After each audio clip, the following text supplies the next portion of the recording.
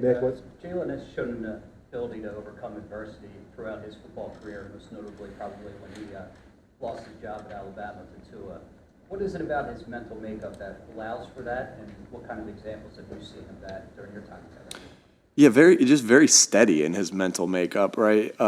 Focusing on the next play, the next game, right? And getting better and constantly trying to get better.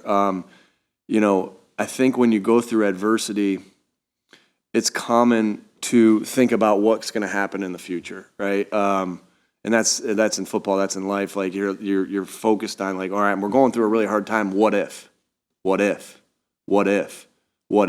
Right? And I think the mindset that Jalen has is to be locked in right where he is in the moment and handling the things that he can control. And I think that's why you see a steadiness in him of who he is as a person and who he is as a player. And so that, I've noticed that about him from the moment I've been around him.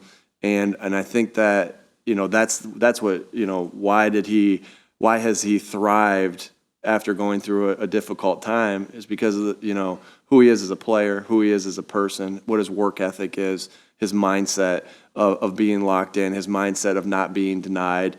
And so there's just so many different things that speak to that. I appreciate the question because I'm able to brag on him a little bit right there of who he is as a person and as a player. We all see the plays that he makes, but he is so locked into, getting better, getting better each day and just putting his head down and working. Like he works, So, that's what I'd noticed about that. How did the idea of Julio Jones come about, and what was your reaction when Howie first came to you and mentioned his name? Yeah, obviously we talked through things. We're a little banged up at wide receiver, and just wanted to add some extra depth and another proven guy in there. And so Howie and I, like we always do, watch different guys together. And his name came up. We watched him together, and it was pretty obvious. We thought when he was at Tampa last year that the film was good, and we were excited about the possibility to add him. And that's no, Quez is out for a little bit, as everybody knows, but I do want to take a second to say, a guy like OZ,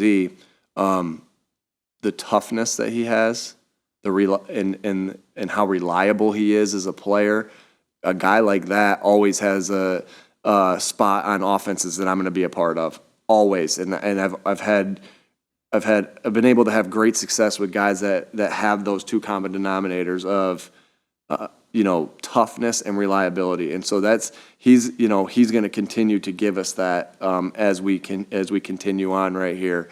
And no indication is that a knock on OZ. It's just where we are a little bit banged up, and then just to get a little bit more depth in there of some guys that have played good football. And obviously he's a Hall of Fame player, and so he's played good football, and we still thought the tape was good. So excited to add him to the roster. What's your history, Coach? I'm sorry. Just you're always looking at the explosion. Does he still have the juice in his legs and the ability to run, the ability to get out of cuts, the ability to make plays, and all those things were. We thought was still good. And like I said, that's what you do. You can look at the stats, you can do all those different things, but it's about putting the tape on and seeing what you see and what you think, and and then seeing him work out the other day, we're like, he's still got a lot of pop in his legs, and we're excited about that. With your history coaching the position, what has always impressed you most about his game? Yeah. First of all, the way I thought always was like, when you just see him, you're like, holy crap, this guy plays wide out, right? Like what he looks like, right? The size and everything like that, knowing like that's going to be a long day for. I don't even remember the last time I was on a team that went against him. It might have been when he was in Atlanta in 2016. But I vividly remember seeing him on the sideline, or not on the sideline, in pregame, like, holy crap, I'm glad I'm an offensive coach today, and not the head coach, and not having to worry about the other side of the ball. Let me focus on what I got to focus on, because he looks every bit the part. And then obviously all the plays they makes. it was interesting when he was running routes the other day of, there was a route that he always, and I won't get into too much of it in case we get it into our plan, but there was a route he always used to run. And then he kind of was talking about that when he was running routes the other day with us. And it was interesting just to sit there and listen to him explain why he would do certain things on this route. I'm like, golly, I've been trying to coach this route for years. I wish I would have been able to reach out and ask you this question earlier. So, he was. It seems like he's a student of the game. And then, like I said, like with the way he comes out onto the field and the way he looks, that would be what stood out. And then also this speed that he shows on this certain route that he used to run a lot of. But at the end of the day, he's a great player. And you admire that the most, the amount of plays that he made consistently year after year. You guys are banged up right now. How is he different from Julio Jones of like 2015, 2016? Yeah, again, you're still coming out here and going to see more and more each time you see him out on the field. Obviously he's older, right, from that time, but still has the ability to make plays. Don't make no mistake about it, though. This past game still is going to go through Devontae, AJ, and Dallas, and so I think that's a little bit of a difference, right? The role that he's playing, right? More of a supporting role than a highlight, a highlighted role. And we'll see how it continues to shape up. But we still know that he has the ability to make plays, and we're going to need him to make plays. And so we'll see how that goes as we continue on. And you guys are a little banged up right now. We know you guys are a little bit banged up right now in the secondary, and saw you guys sign the last guy. Why did you decide to go back with him instead of somebody else? Experience that he had. He's with some of the other changes that are happening in the secondary. We know that we've played in big games with Josiah, and he's done well in those games. Was it he had an interception last year against New Orleans. Obviously, we lost that game, but we played well on defense, and Josiah was a big part of that. And so we got confidence in him. We got confidence in the person. We got confidence in the player. And so I think a little bit of that was just his experience, in this city, his experience with this team, his experience with these guys on this team. And he was here during training camp as well. And so I think that's really that played into the bringing Josiah back. How's Lane coming along, and how did that factor into game planning this week? Yeah, obviously, it won't get too much into game. Respectfully, I respect your question. Won't get too much into game planning or anything like that. But Lane, is doing everything he can do to be ready to play. We'll see. Obviously, we haven't been out in the field and running and cutting or doing anything like that. We'll see how it progresses.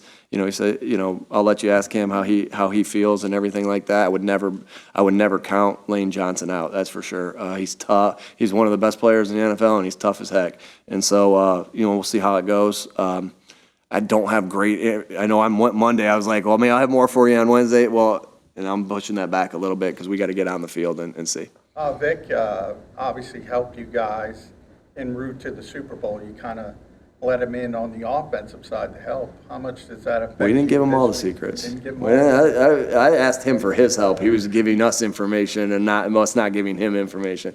No, he, obviously when he was around last year, at the, during the end of the season, that was, it was just a unique opportunity to have a guy help us look at some different things, the way a defensive coach's perspective on it.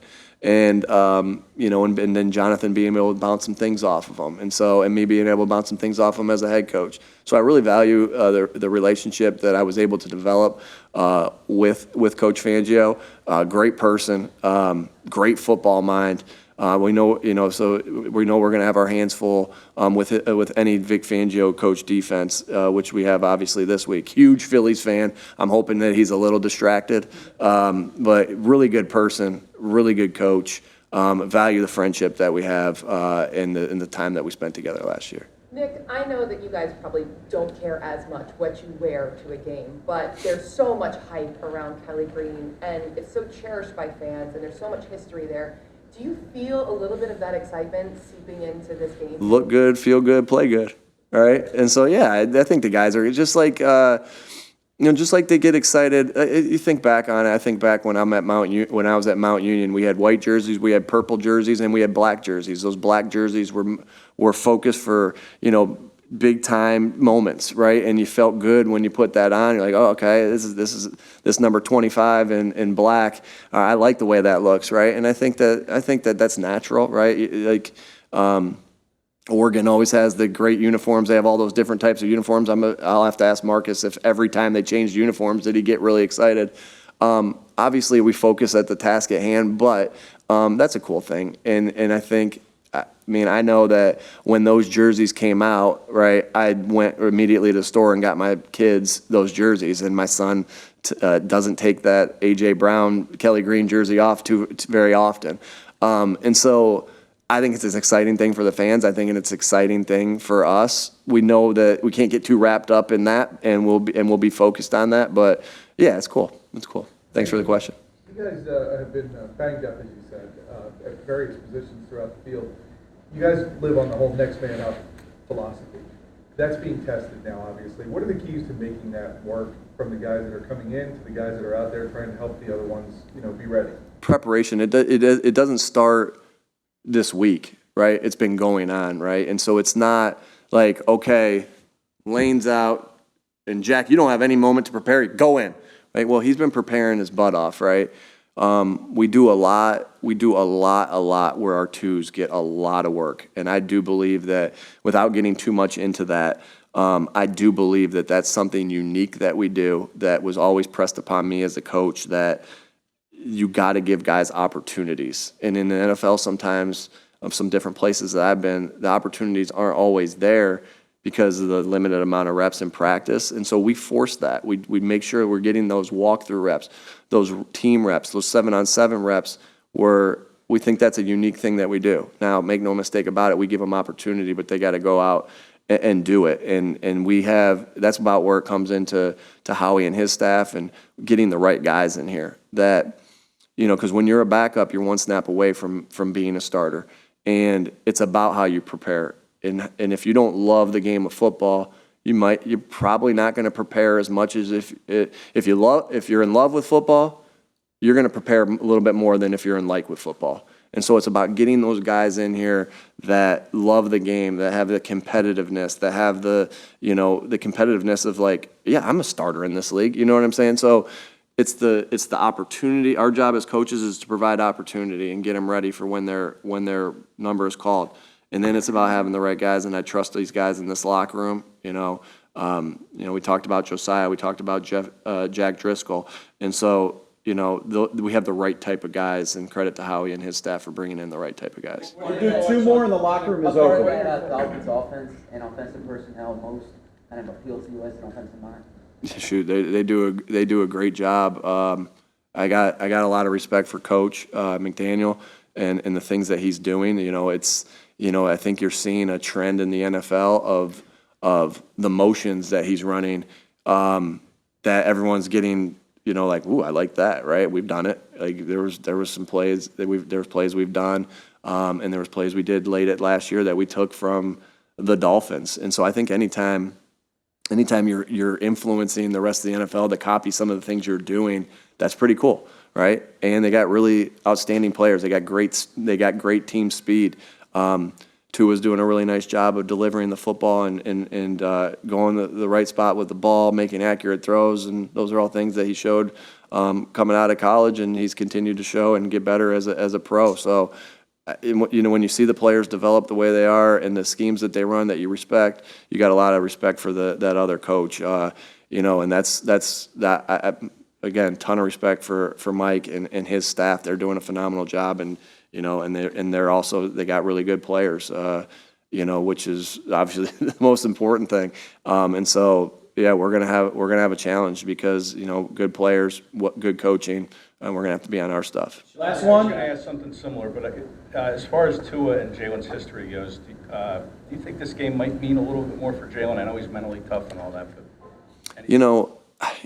That's going to be something you're going to have to ask him. I do know that he's locked into each game, he's locked into each moment, but that doesn't mean that you don't get more up for, not that you get more up, but you get that extra, you're going, there's always those things though in this, like, hey, I'm going against a guy that played the same position as me in college at the college, or hey, I'm going back to my hometown, or I'm going here. You can let those things motivate and everything like that, but there still has to be this laser focus on the task at hand and not let outside things get in the way of your preparation. And if that helps you prepare a little bit more, then use it. If it distracts you, then you got to eliminate it. So that's something you're going to have to ask him. But I do know that there's so many of those scenarios in the NFL that happen. Hey, I'm going back to Buffalo, New York. All right, great. Like, well, is it motivating? Is it distracting you? Eliminate it. Eliminate that thought process. Is it motivating you? Shoot, let's use anything we can to motivate us even more so than what we already are. So again, but I'd ask him that question.